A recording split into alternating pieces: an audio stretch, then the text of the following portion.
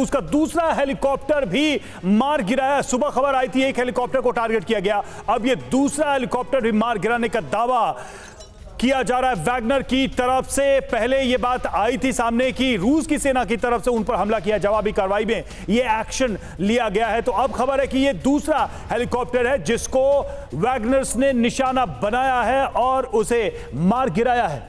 ये तस्वीरें हम देखिए दिखा रहे हैं आपको, ये फ्रेश वीडियो सामने आए हैं जब चॉपर को निशाना बनाया गया और इसमें दावा यह किया जा रहा है कि उस हेलीकॉप्टर को भी मार गिराया गया है। लगातार इस नई खबर, इस फ्रेश न्यूज से जुड़ी तस्वीरें भी आ रही हैं, वीडियोस भी सामने आ रहे हैं, क्योंकि बिल्कुल उम्मीद से परे यह थी सिचुएशन कि रूस की सेना को वैगनर के खिलाफ ही लड़ना पड़ेगा और इस जंग में जो लोग साथ थे उनके खिलाफ ही इस तरह की कार्रवाई करनी पड़ेगी।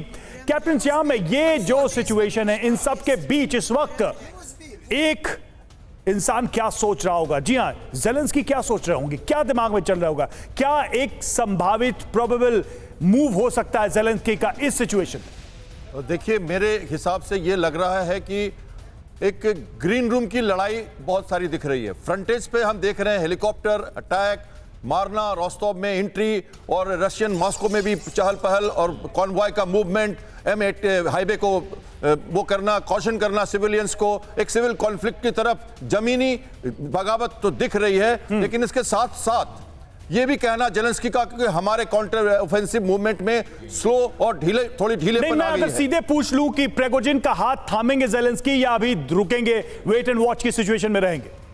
तो इसको देखिए, ज़ेलेंस्की खुद कह रहे हैं कि वो ढीला पड़ गया है उनका काउंटर ऑफेंसिव। अमेरिकन भी कह रहे हैं और पुतिन भी कह रहे हैं कि उनका ढीला पड़ गया है।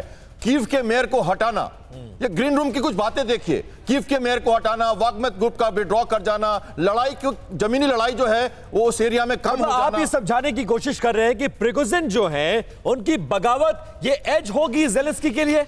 कई तरह से लग रहा है मुझे कि कहीं और किसी दूसरे डायरेक्शंस में बातें जा रही हैं और लड़ाई कम हो गई है, ग्रीन रूम का माहौल बढ़ गया है। ग्रीन रूम का माहौल बढ़ गया है। राठौर साहब कुछ ऐड करना चाहते हैं, जल्दी से ऐड करिए, फिर वापस बाकी मेहमानों के पास जाएंगे। देखिए, जो वैगनर चीफ ने इतना बड़ा कदम उठाया है, इसके पीछे बगैर किसी एश्योरेंस के, सुपर पावर के एश्योरेंस के वो इतना बड़ा कदम नहीं उठा सकते थे। इसके पीछे नेटो का, वेस्टर्न फोर्सेस का एश्योरेंस है। एक आपने फ्लीटिंग सी और भी दी थी कि लुकाशेंको शायद देश छोड़ने की कोशिश कर रहे हैं। वो लग रहा है कि वहां पर भी इंटेलिजेंस से कुछ इंजीनियरिंग की गई है, क्योंकि लुकाशेंको न्यूक्लियर प्रेशर बर्दाश्त नहीं कर पा रहे हैं। हो सकता है अगर वो छोड़े और वैगनर का यहाँ पे विद्रोह हो तो रूस के लिए बड़ी मुश्किल खड़ी हो चुकी है। इसको कहना कि ये बहुत छोटी चीज है, इंटरनल चीज है, ऐसी बात जो बात नहीं है। राठौर सर कह रहे हैं, अगर ऐसा है तो ये तो बड़ी अजीब स्थिति है कि न्यूक्लियर वेपन्स के डिप्लॉयमेंट की पूरी प्रक्रिया चल रही थी और इस बीच बेलारूस ही जो है अस्थिर हो गया, मिन्स्क जो है इनस्टेबल हो जाए।